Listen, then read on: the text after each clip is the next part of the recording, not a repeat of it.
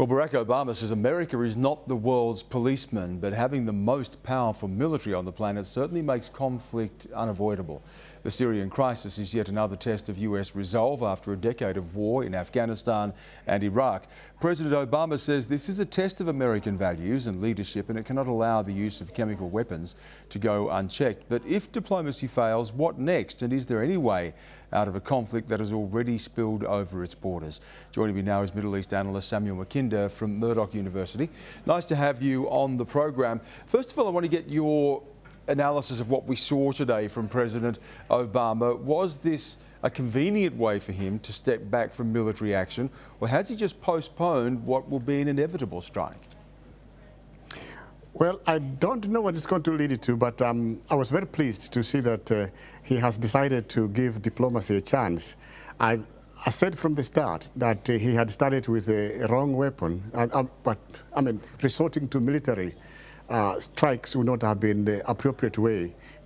Military strikes should be the last resort rather than the only alternative that the international community can have. So I was very pleased this morning to learn that he has decided to seek a diplomatic solution to the problem and see where it takes him before other measures can be taken. But remember, Stan, that diplomacy cannot be conditioned to work within 2 or 3 days or 4 days. It's likely to take weeks or perhaps months. And to do that, he has to put his faith in the Russians. The US-Russian relationship now is going through a very rough patch.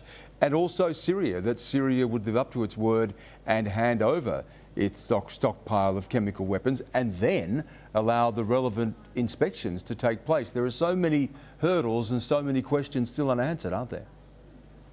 There are, but it's a good thing that Syria is now thinking about signing and probably ratifying the Chemical Weapons Convention.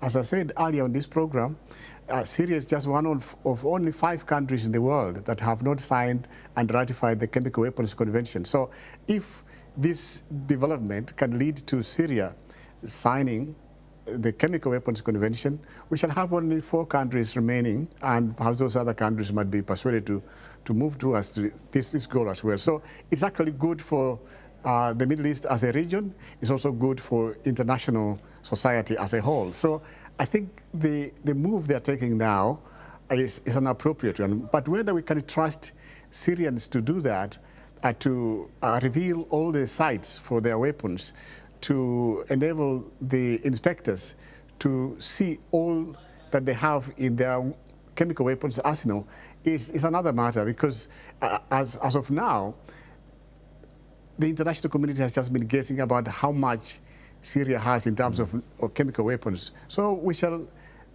rely on the Syrians, and perhaps other countries may use their own national technical means to find out what Syria has in terms of chemical weapons. Can it be said, though, that this is very convenient for Bashar al-Assad, that in a sense he's carried out this attack and the United States is making a very strong case that, yes, he has been responsible for this, and now he's effectively getting off without being punished for it? Is this playing into Assad's hands?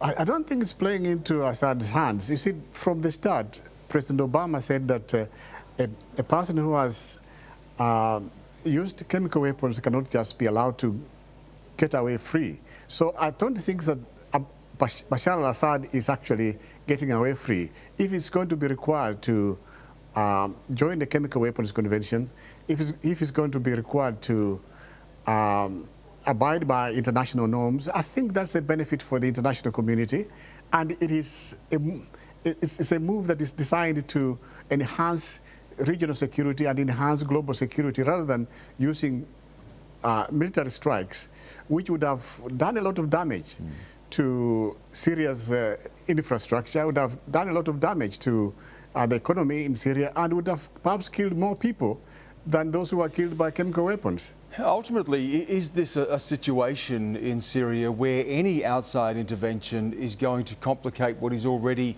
such a complicated picture? We're hearing from the United Nations now of human rights abuses, not just from the Assad regime, but also from the rebel forces themselves. To what extent have those rebel forces been responsible for that, in your view, and how much have they been infiltrated by the hardline Islamist groups like al-Nusra and others? Well, al-Nusra is affiliated with Al-Qaeda, and I would say it is regarded as one of the most aggressive and the most effective of the rebel forces. So I would be concerned if I was told that there's actually that rebels are making success against the government, because if they're making success, it might be due to the efforts of al-Nusra, and that would be very bad for the region, bad for the West. But I mean, Syria is a very complicated place.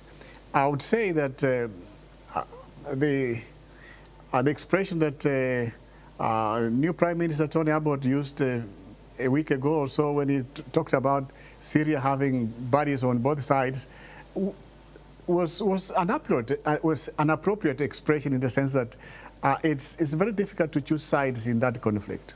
Indeed. Samuel Makinda, thank you so much for joining us here once again on Newsnight.